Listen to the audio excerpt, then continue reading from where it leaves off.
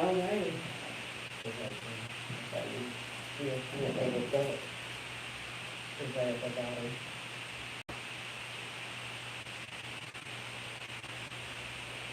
Blessings, blessings, blessings, and good day, everyone.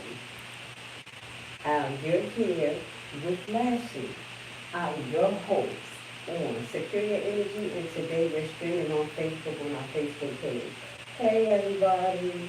All right, if you don't know who I am, my name is Lady Lashley, and I am the owner of Prime Time Homebuyers, and I have partnered with the Fulton County Library down in Atlanta on Campbell Road. Okay, I have to say street because it's a certain branch. Okay, I've been working with, and I have so much love for, and I'm so grateful because they have given us the opportunity to be here every Wednesday at 2 p.m.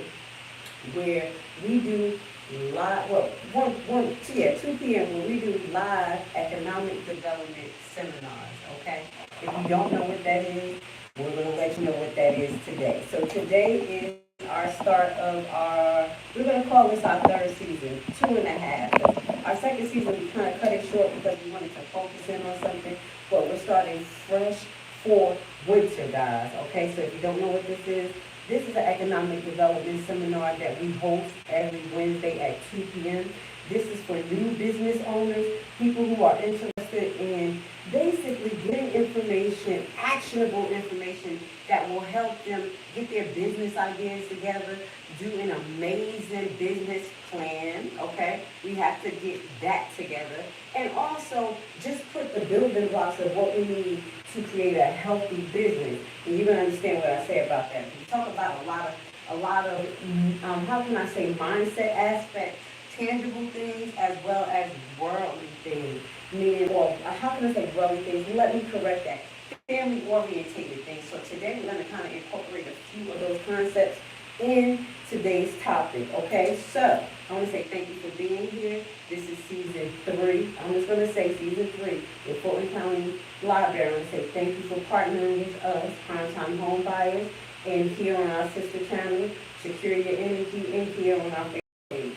Welcome, welcome. We don't really stream on our Facebook page too much, but I need you to get pen and papers together. Okay, so this is for our new business owners, people who want to get into the market, create a robust business plan, and our overall goal is to actually be innovative leaders in our community. We see what's going on, guys, every day. New policies, new things are happening, and we don't have a foot on it. We don't even know what's going on because when we're not part of it and we're not the leaders, who's making the decisions. So now we want to do that. So with this particular seminar, with Atlanta Economic Development Seminar, this is for the leaders who want to get in there, be innovative, and also have your say in your community. And the only way you're going to be able to do that is by paying like you land, having your foot in the ground, getting to know the community, and being a business owner or someone who volunteers. How about that? All right, so today we're going to go over Module 1. Module 1 consists of stretching every dollar, building and saving tips for low income, medium income, whatever. We're going to kind of mutate that idea into being a business owner too, because a lot of us are, medium income people who are categorized that according to inflation, what's going on. So how do we bridge from being at this type of income, one budgeting and saving within homes, and then bridge that into our new business? How do we do that? How do we even save money to start a new business? So that's some of the stuff we're going to talk about. Basically, making yourself financially militant. That's the first part of it, is becoming financially militant. What do I mean? When I put these concepts together, you're going to understand what this means. These are actionable things that you want to keep in mind while you're putting the building blocks together for not only a better financial situation and health for your home, but to prepare for a great financial health for your business. And the last part is investment in education. It's so important. We're going to talk about that. And we're going to talk about the freebies and kind of pushing incentives in our area so our government or our leaders can actually give us free programs. And we're going to talk about where you find some free programs. So that's going to be how to workshops and furthering your education on a budget. And that's for us and for business owners. So let's get started, guys. So stretching every dollar. We're going to start with that. If you cannot see the PowerPoint, I do apologize, but we're going to read almost everything on the PowerPoint, okay? So budgeting and saving tips for controlled income housing, controlled business, new business, owners. That's what we're going to call it, okay? Because it's called being positive, putting those right words out there, creating the right vortex around your business and your home. So the concept we're going to get into is the foundations, understanding your income expenses and your income and expenses, building a budget that works realistically, identifying areas to cut back, because once we know how to do that at home, we're going to have to know how to do that for our businesses. It's going to flow so easy. Stretching strategies, I do apologize for saving money in an economy like this, addressing debt realistically, and seeking assistance where needed. So this is the first concept we're going to get into today in Module 1. Hit the like button if this is something that you need. Maybe your college students need this information who's in business classes, because we don't teach conventionally what's in associated degree business classes. I have been in some. That was my second major, and pretty much it's only like, how you market Microsoft, some good, IT programs to use, filing, the importance of these type of things. There's a lot of definitions and things like that. But they do get into the accounting part of it, and we're going to kind of add that to that for you guys, okay? So it's a little bit different than a conventional college thing, so let's get to it, okay? Now, the foundations, understanding your income expenses. Before you can start saving, you need to have a clear picture of where your money is coming from, where it is going, and where your budget begins. And that's where we're going to have to deal with reality. We can't make things up. We can't say, hey, my goal is to make $500,000 a week, a month, but right now, this is what I'm making. So you look at your budget realistically. What is your income? What is your stream of income? And then you have to put that together to just start to look at the picture realistically. Tracking every penny for at least a month. So this is what we're going to do to start, okay? So everyone who's getting into Module 1, this is what we want you to do, okay? Because everything we tell you is actionable content, actionable things you can do. And once you do this, and you do this with us, it's going to be easy for you to do this for yourself. Does that make sense? All right, so we're going to be tracking every penny. Hold on, give me 1 second. Okay, I'm ready. Tracking every penny for at least a month, okay? We want you to meticulously record every single dollar you spend. Use a notebook, a spreadsheet, or a budget app like Mint, Personal Capital, or even a simple notepad app on your phone. Don't forget small expenses like that daily coffee and unexpected parking fee. This is what we want you to do for the first 30 days. Just checking over everything you spend. If you need to, put all your receipts in one envelope, and then we want you to meticulously go over it after the first 30 days to see what your spending is. And usually receipts are spending outside of your normal budget or your normal household bills, okay? Categorize your spending. Once you have tracked your spending, group similar expenses into categories like household, transportation, food, utility, debt, payment, entertainment, and personal care. Now, once you do that, once you put it into categories, you'll see where the majority of your money is going to. And if you guys want to step in and do a little bit early, y'all can actually make a chart with this. Y'all can actually see how much the percentage of how much is going to your utilities, your transportation, your house, debt payment, entertainment, and personal care. Now, I advise you to do this in this manner, because if you make a little chart with this, something that's simple, when it's time for you to make a chart for your business, it's going to be even easier. Remember, our goal is to create an amazing business plan by the end of our economic development seminar. So I'm giving you some of the meat and butter that you're going to need for your business plan as well as we talk about this. So you want to categorize your spending, and you're going to do that for 30 days. Calculate your net income. Most important thing is what you're totally getting. And we're going to talk about different streams of income and the importance of doing that. Calculate your net income. Determine your total income after taxes and deductions. This is the amount of money you actually have available to spend. So after your taxes and deductions, that's the money, that's your full amount of income that you're gonna have to pay your bill and address this particular category, okay? Don't say, oh, my net is this, I get this amount every year, $60,000. No, that's not. You gotta calculate the taxes and expenses, okay? So to give you a nice example here, this is, I do apologize, I'm gonna laugh because it's nothing funny. This is not typical. This was probably like 5 years ago. This example, I just wanted to be modest as possible, but you may not be able to see it on the screen, but I'm gonna read it to you. Example, you have a total amount of $1,800 income. Let's say for the month, that's your net. Wait, that's after everything else. After you pay, that's your net. Meaning that you paid your taxes and deductions paid now. Your expenses is rent, utilities, food, transportation, debt payment, and miscellaneous. Miscellaneous, we want you to mutate miscellaneous later on for savings, for personal savings, savings for business savings. Okay, does that make sense? Because right now we're getting our households together, so our business savings and our personal savings to start to make something happen, because our personal savings is what we're going to be using to invest in assets to secure more money, and then what are we going to do with the business savings? Use that to start our business, see that into our business. Does that make sense? This is why it starts at home. It starts at home. It starts with budgeting your home correctly. Now, building the budget, a budget that works. So these are some budgetary approaches that you can use. You know, I'm old school, guys. I like pen and paper online. I'm an 80s baby, you know. I was in between new age and environment, you know, back in the day when we used pens and paper. And pen and paper is good, okay?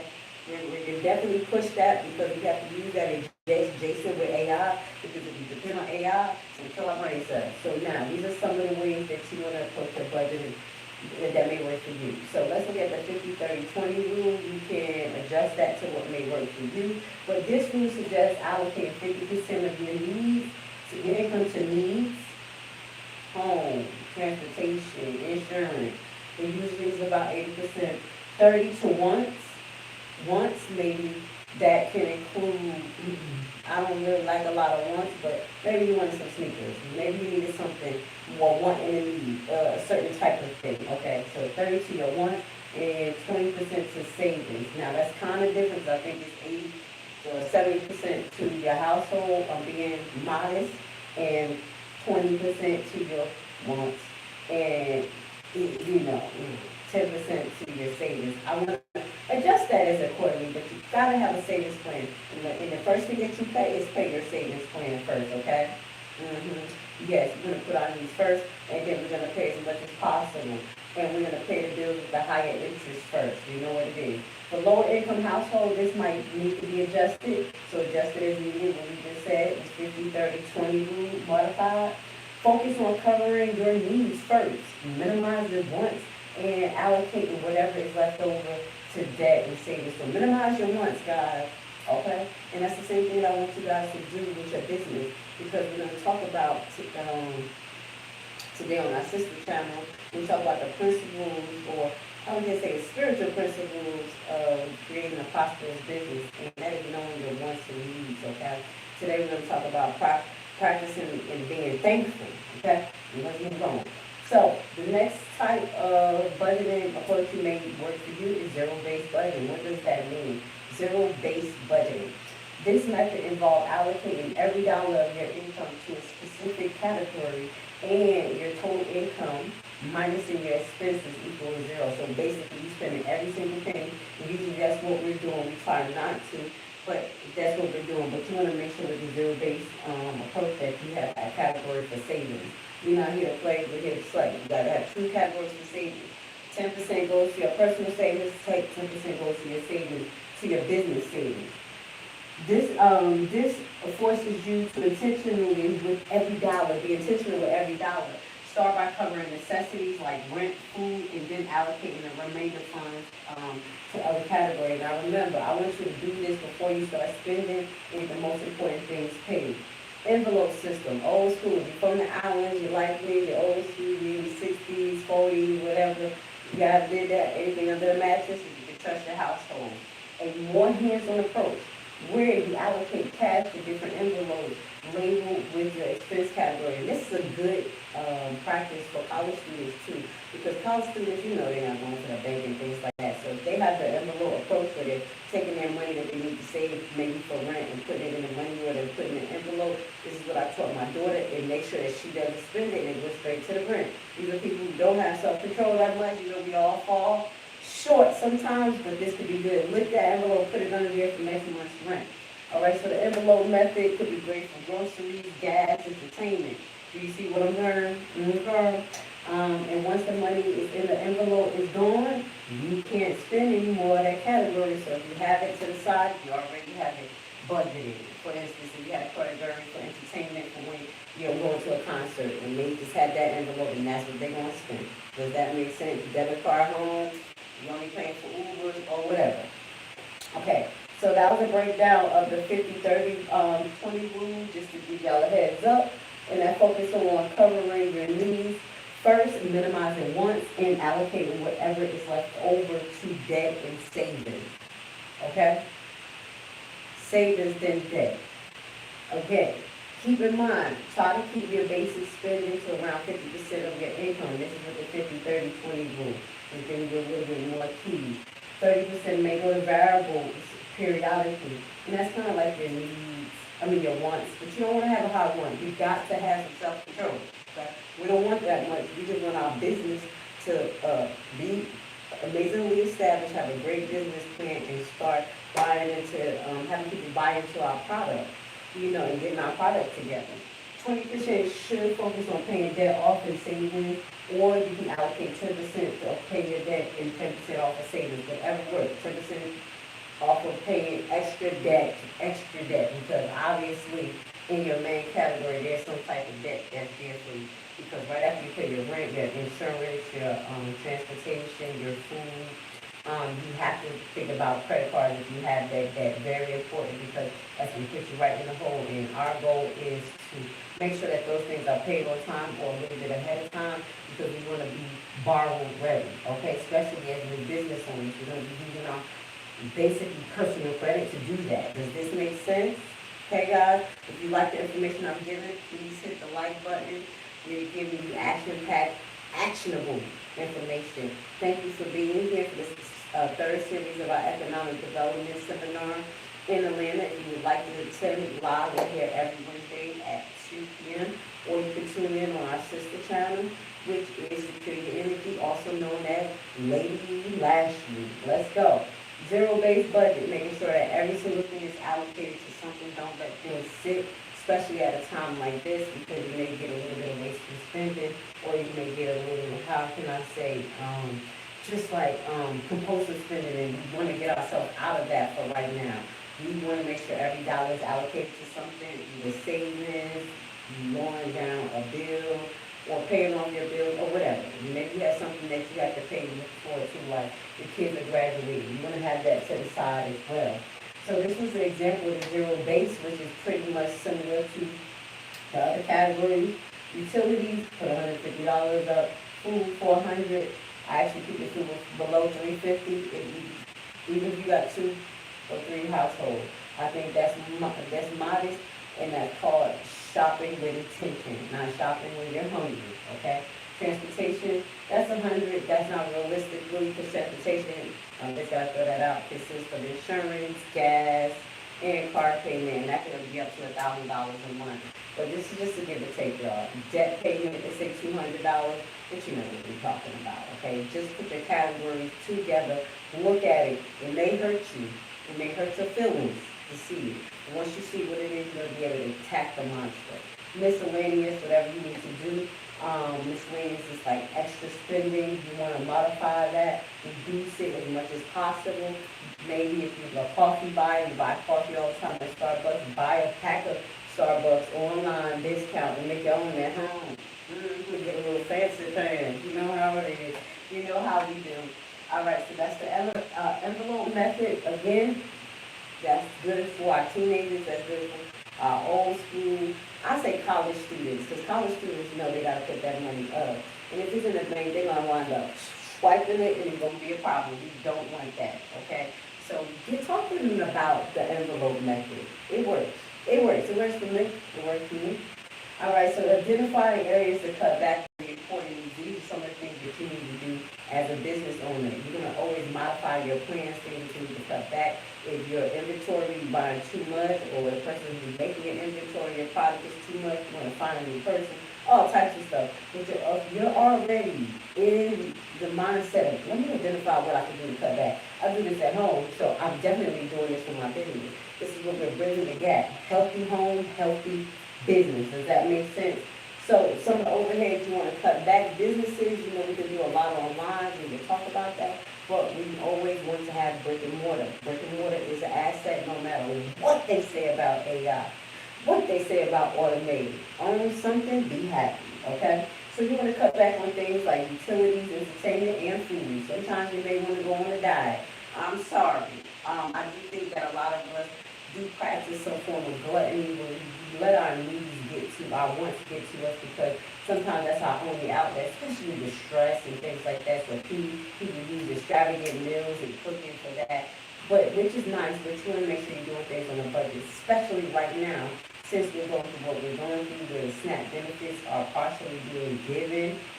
We have something tyrannical going on, and it's really scary. So this is why we should be thinking about these things every day before we come into a problem. So again, utilities, conserving energy, talking to your utility company about rate lock-ins. Again, when we're talking about loan mortgages and things, you're already on a locked-in rate. It's the same thing you can do with your utilities, including like gas. Please talk to your company about that, or payment plan. This thing will help you budget. You have a moderate budget and be able to save. You always want to talk to your lenders if you have loans for loan modifications as well. Let them know that, hey, I don't want to renege on my loan payment. Can you help me modify this loan so you can keep paying me? They will work with you as long as you give them a heads up. So lower your thermostat. Oh my goodness. God, me, I'm warm, cold-blooded. I'm warm-blooded, so I like warm. Use that to your discretion. But if you have an eco-friendly type of system in your home, it'll be able to help you. You don't want to freeze nobody out. Look for assistance program. Many utility companies offer programs to help low-income customers pay their bills. Not only SNAP benefits is assistance program, but they do have other programs that's still being funded and have money. When I was in the state of Jersey, New York had utility program, food budgeting program, temporary housing programs that was made up kind of like a private sector and government together, but you don't give up, okay? Now, moving forward, entertainment. We want to be entertained. We don't want to be stressed out. So just some things, free activities, borrowing books and movies, potlucks and homemade entertainment. I want y'all to keep this in mind, because this same budgeting approach that you can use for your home, you can use this for your business. We're going to be talking about that, okay? Free activities that you can get together in your community. Strengthening your community, communication, networking, and relationship building. So just give you an idea, but free activities, like, that's around your area, you can use for yourself to help you while you're in a budget. Parks, libraries, free events. Here we go. The library always have free events. Please check at the bottom. I'm going to list some events that they're having here in the next couple months, at this particular branch. If you're in Atlanta, get it down here, hit the like button, or tune in. We need your support. Borrow books, movies, potlucks. Get together, cook together, have family time. Even if all y'all don't like to talk, like, I'm cooking macaroni and cheese, what you gonna bring over some chicken? We do this every other Friday, once a month, and after a while, people start talking. If they don't come, come over, have a little potluck, we have fun, play a little Scrabble, keep it moving. Save some money, save for a meal for that. You can do that not only with family, you can do it with neighborhoods as well. If our families get together to cook for the neighborhood. Or the times that we're doing right now, if you want to do food giveaways. That's what we do every Wednesday after we leave here. Please tune in to our Miss Grace Levi page. This is our sister channel where we host live events. We have a lot of commentary as well as we do our vlogging here on Wednesday. So you can do that if you can. Plan meals. So you want to reduce your food intake. This is some way you can do it. Plan meals, cook at home, buy in bulk. And when possible, purchase non-perishable items in bulk if you can. Canned goods are not that bad to buy. You can go to $20 and get 18 cans, 17 cans or something. Reduce food waste, leftovers, creatively store them, freeze them, make them into something else. We always be mixing something here, very, okay? It helps with your budget, okay? Consider food banks and pantries. They also help if you have a nonprofit or if you don't. It's something good to go look into, okay, guys? They have a lot of help. That's what a lot of people are looking for. So strategies for saving money. We want you to take these notes because we're going to be moving through because we're going to get to our next part of our seminar. And here you see strategies for saving money. Even small amounts of savings can make a big difference over time. Here are some strategies to help you start saving. Pay yourself first. Round up your purchases. Take advantage of employee benefits. Open a high yield savings account if you can find one. And make sure you don't have a debit card and you can't transfer it to somewhere else. Set savings goals. Okay, so pay yourself first, automated small transfer to your checking account, to the savings account each payday. That's that 10% that I'm talking about, where 10 is going to your business, 10 is going to your savings. Right now, we're trying to save to open a lucrative business and save to buy some assets, okay? Round up your purchases, okay? Don't talk and hold dollars, you saving at, put some money to the side. Round up your purchases to the nearest dollar, transfer that money right on over to your savings account. It works little by little, okay? Now, take advantage of employee benefits. If you are working for an employee, they offer 401k, they offer a meal plan. They're getting creative now as businesses, and we're going to talk about some of the ways you can be creative as business owners when we get to module 3 because we want to have incentives for our workers and ideas of what we're going to be doing when we get to those different levels of being a manager of our business as we manage over there. Open high-yield savings accounts if that's possible. Set savings goals, 10%, 20%, a paycheck. Just do it. Just do what you got to do. It will get you there. Example, if you can save $25 a week, you'll have $1,300 saved in 1 year. You'll be able to be looking at buying a tax lien if that's how we got to do it. By that year, you'll be so well informed about how to do tax liens that you took the time. So again, we want to address debt because it's very important. Addressing debt is one of the last few concepts that will be involved here. Prioritize your high interest debt. Again, once you pay off your needs, then you're going to get right to those debt high interest and you're going to try to get those down, negotiate with them, see if you consolidate. Exploring relief options. Consider debt consolidation, debt management plans, credit counseling. See what they can suggest for you, okay? We also offer free credit counseling. We're not credit specialists. I do know a few tricks up the trade to help people, kind of just start running the savings, but it's about you actually doing it. So we do offer that for our students who buy the full course or a part or the intro course. They do get free consultation with me about debt relief, okay? Negotiating lower interest, as I talked about, is very important. You can, don't be afraid. The creditors want you to pay. So you're like, hey, I ain't making a lot of money. Should you lower this down? Can we work on something? If they say no, that'd be real weird. They'd rather you go to bankruptcy and they still got to they still got to negotiate.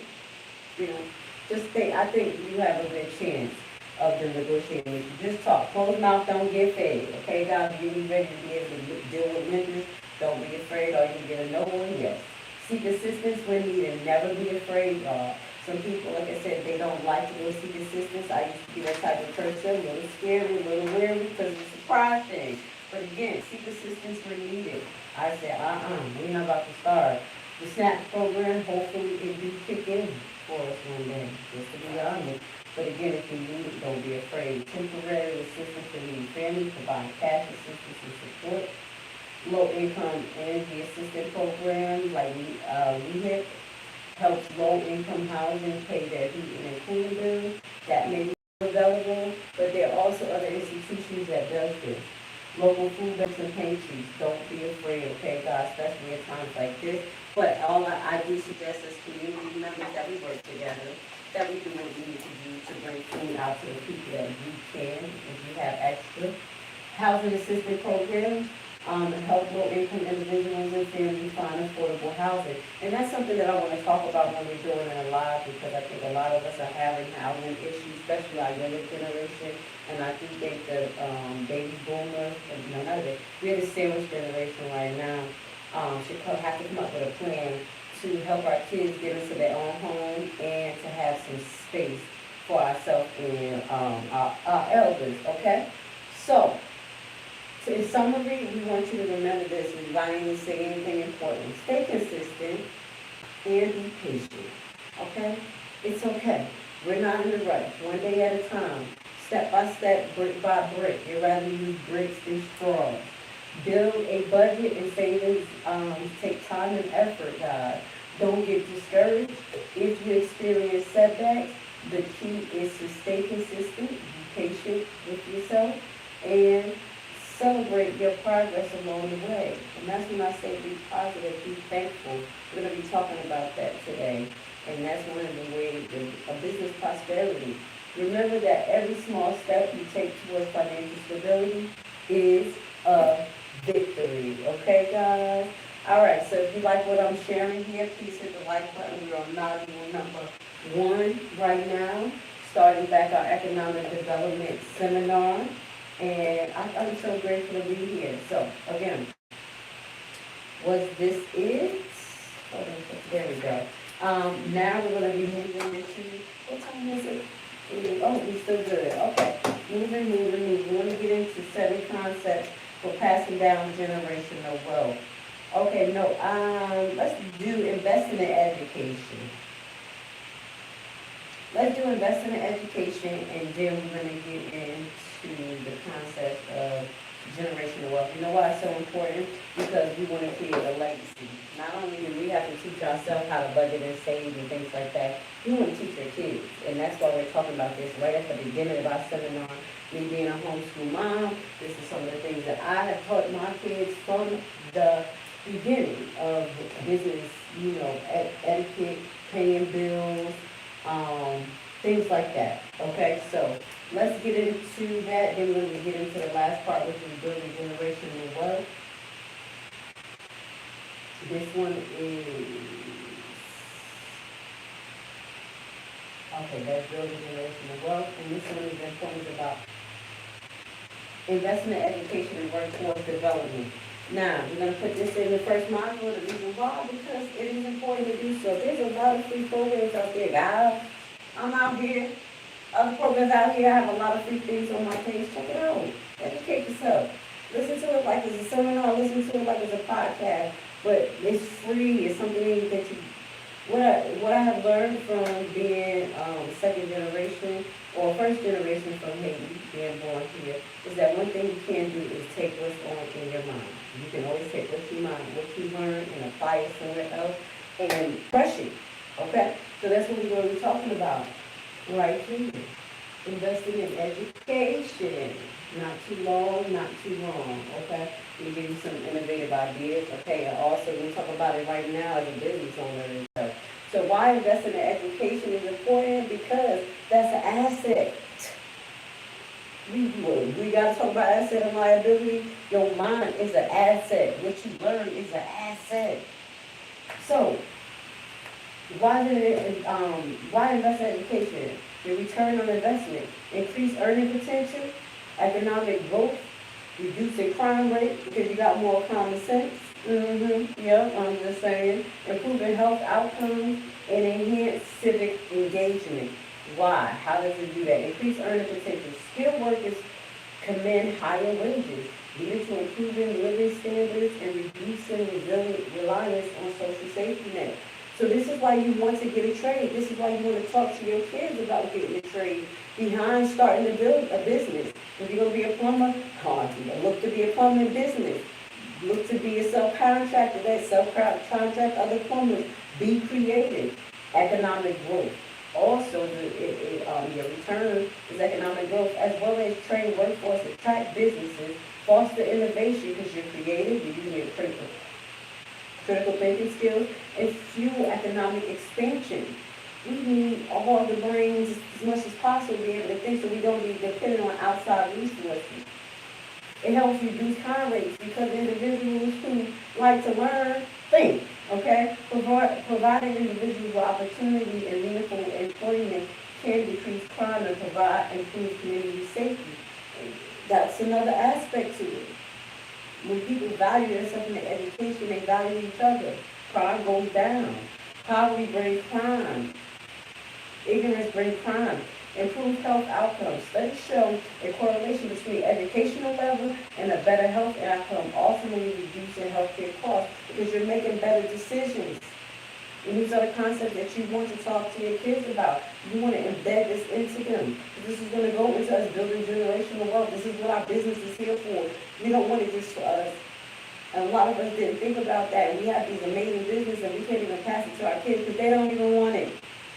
We have to start talking about it now. Okay? Now, also enhance civic engagement. This is why we're having economic development seminars for leaders. We want you to not only be a business owner, be economically savvy, but we want you to enhance your civic engagement. Education and engagement citizens, educated and engaged citizens contribute more to their community participation actively in the democratic process. You don't have to be a Democrat Republican. Y'all already know. If you don't know, I'm a separatist, but I play my role. I mean, I separate from the nonsense. So I don't choose political parties or group mentality. It's what's right for me, for the people in our community. So what that goes to say, I can still participate in my civil engagement by talking to my people in leadership position, creating workshops like that to continue innovativeness within my community, teaching people how to be better community members. We can do so much, guys. We can do so much. So low cost strategies for maximizing impact. That's our goal. We want to maximize impact of our business. How do we do that? By educating ourselves. So the key is to focus on targeted, effective solutions and yielding significant returns. How are you going to do that? By educating yourself, by finding what avenues I use to get a little bit of extra money. Maybe I'm doing a little bit of stock, a little bit of bonds. What do I need to know? Educate yourself. That's how you're going to diversify your portfolio. Talk to your kids. They may like it. They may want to do stocks. Stocks is not just for older people. They have things that they invest in that's on the stock market. You gotta let them know. PlayStation, gaming. They can invest. Don't just go play the video game. Tell them to own a little bit of it. Leveraging existing resources and partnerships. This goes under the assets versus liabilities as well. So community challenges. These institute, community and colleges. So that is leveraging assets. That's an asset. Knowledge. The community colleges have affordable programs for you out here in Atlanta. The Small Business Administration is located at a few colleges where you'll get to go to the Small Business Administration office. They help you with your business plan. And you get to look at the college. You may never know. It may be a resource or a class you can take. There are things that's out there for you as long as you look. Education, free online courses. I offer free online courses. If you look on our legal real estate consulting page, they allow us on YouTube to put up free courses. I have courses on my website right now for people. Great price. Free right now. Look for them. Platforms like Coursera, EDX, Khan Academy. I love Khan Academy. So many free things, especially if you're going back to high school and starting college. They have so many refreshers for you. Offer a wealth of free and low-cost courses in various fields, encouraging employees to take these courses for skill enhancement can be highly cost-effective strategies, okay? Government programs, as I told you, Small Business Administration is a government program out here, like a pseudo, can I say, that's located in a college. They also have state, local incentive offering grants, tax incentives, and training programs for businesses and individuals. We did a lot out here when I first started. Look into your town, especially if you're in Atlanta, they are a lot. Research and apply for programs with significant reduced costs. They have a lot. Just look. You gotta look. Industry association, once you go to these courses, you're gonna meet people.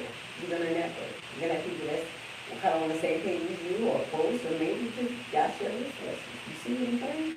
Industry associations, you're building your network right there, just like going to school. Yep. Or a seminar. Libraries is great. Yeah, we're here right now. I love libraries. I love what it brings. I love the resources in this free. Utilize it, guys. Utilize it. Embrace on-job training if you're currently at a job. Try to enhance yourself or learn as much, especially if you get free education. Me, as a nurse, when I was in the hospital, always online education, things we do all the time. And as a nurse, period, we have continuing education that we have to continue to do outside of being out of hospital, just to keep our license. So whatever you do, make sure that you continue to brush up on your industry and you get in contact with your coworkers and people you can network to, okay? So mentorship programs are great. These are things that we need to think about too now, as not only people getting into our industry, wanting to be mentored, but you have to realize that you can be a mentor one day. The industry needs you. Maybe you have a certain niche that you like to do, can do, and you can teach someone, the young adults in your area. Very important. You have to do mentorship and be prepared to do that with your business. Enhance your education, guys. Cross training is very important. You want to think about how you can receive cross training at your current business, where you work, your specialty, and you want to be able to start thinking about that for your business plan. Yes, cross training your employees, like, hey, this is my business, this is what I want them to learn, and I'm going to provide this for them. This is in my 5-year plan because this is how I'm going to, how can I say, expand my business. When I expand my business, this is going to really do. Yes, when you're going for a loan, they're going to see all of that. They love a robust business plan, and that's some of the concepts we're going to talk about. We talk about market analyzation and management aspects of management. So, okay, prioritizing skills-based hiring and development. Let's get there. Focus on skills, not just degrees, because that's when you're going to go to school, pay for a degree, and you ain't going to have nowhere to go with it. You want some degrees that focus on some type of skill, emphasize skills and competition over the formal degree. Right now, it's definitely in competition, and this is when you talk to your young people about skill-based assessments and performance-based interviews can identify candidates with potential to excel without traditional credentials. That's what they see. Sometimes they like, hey, that person who got that bachelor's degree, master's degree, they have a student loan and they expect this amount of money. Maybe we get somebody else who can do it. Now, I don't want you to get someone who's not qualified. If you qualify, that's why there's a lot of continuing education. People are coming out doing continuing education and learning more. People who took actually business and got a business degree. Okay? Micro-credentialing and badging, that's what you want to do, whatever little points you can get, learn. Go on Khan Academy, go on some of these places like Fiverr. Well, I used to go to Fiverr, there's some people that will teach you some things. They're specialists, and sometimes they start consulting. So invest in essential skill training, focus on developing essential skill training such as communication. If you gotta go back to school and help, just brush up a little bit, get the book. Help you with your verbs, your nouns, your speech. Sometimes you just need it. Etiquette, problem solving skills, critical thinking, digital literacy. Get the books. They have books there, Barnes and Nobles, $5, $10, one at a time, one step at a time. While we're saving money this year, we're building our brain cells up too. We're absorbing as much as we can. Utilize technology effectively. Learn a management system, implement a low-cost or open-source LMS to deliver online training materials and tracking employee progress. Now, this is in both aspects where we're going to talk about it. From us receiving education and you being a business owner, you can set up an LMS as well. They have program businesses. Definitely if you're in healthcare, and it's very important to take your education, guys. Don't open a healthcare business and be like, oh, those nurses can do their own. No, if it's going to do anything, they're not going to get into it. So these are things, if you're having those type of businesses that you need credentialing, or you want to guide the program people to stay credentialed, you got LMSs for them. Yep. If they need things to keep them up with electrician license, you got to work for you can set that up. Or you can find some that's free. Webinars or online workshops, that's what we host, variety. Please check us out on Eventbrite. Please check us out on YouTube, Facebook. I want to say thank you guys for being with us today. Deliver training sessions remotely, that's what we do. Reduce traveling costs and maximize reach. You want to be able to attend some and give some. Maybe you give a seminar and teach a little bit about you fixing a car, you making your product, whatever. Okay, the more sharing is caring, and we need to. People learn differently, So sometimes they can hear it from you, and they actually get it, and maybe they can hear it from this other person, and they don't. So you never know. Just try. Okay, gamification, incorporate game-like elements into training. Yes. Especially for our younger generation, because they grew up in gaming. This is something you want to pay attention to. If you're in a tech community that may allow you to do it. Now, this is a part of assets as well. Again, we're talking about the importance of learning, continuing your learning. All right, partner with local schools. Hey, I offer this. Hey, partner with local businesses, libraries. Businesses can work with you with schools to provide internship, mentorship programs, career guidance for students. I need people who want to be electricians. I have a subcontracting thing where I'm going to school telling people to pour to be an electrician. I'm providing them resources, and I'm getting to know people who are about to graduate from high school. That's on the bridge. They need to know what career path. Right there, your network, and getting to know people, building community bridges as well. Invest in early childhood education. Put the kids in pre-K.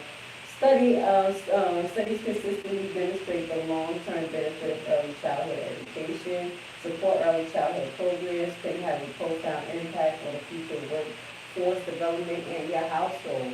I put my kids in a pre-K when they were like 3.5. They accepted them until they got 5. So they were there 2 years, and they were for 2 years there. They were 3.5, and they went in the class with 3-year-olds and 4-year-olds.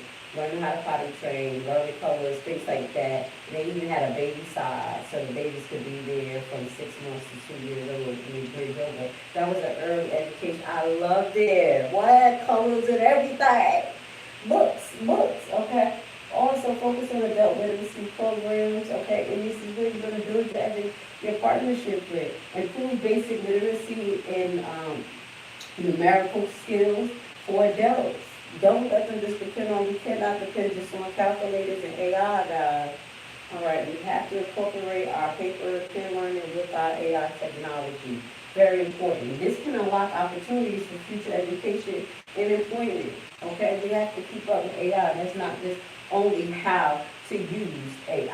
What time is it? Oh, 3 o'clock on the dot. All right, so what we're going to be doing, since we got finished 2, next week we're going to be moving on to our next part, which we're going to go into 7 concepts to generate generational wealth.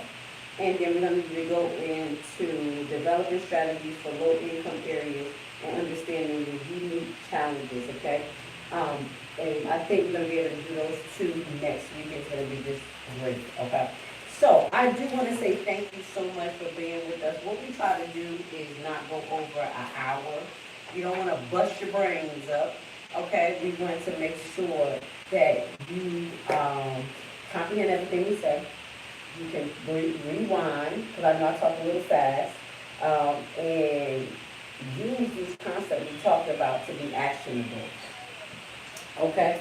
So actionable means if it's something that you don't pay attention to normally, and you're looking to start a business, you're looking to budget and saving, take a concept that we have talked about and emphasize on that. How does it apply to your life? Does that make sense? Does that make sense? Yes, okay? That's actionable content. That's what we're here for. So I want to say thank you so much for being with us. You're going to see us next week at the same time, 2 o'clock. Please join us on our sister channel. Miss Grace Levi will be giving out food today in Atlanta.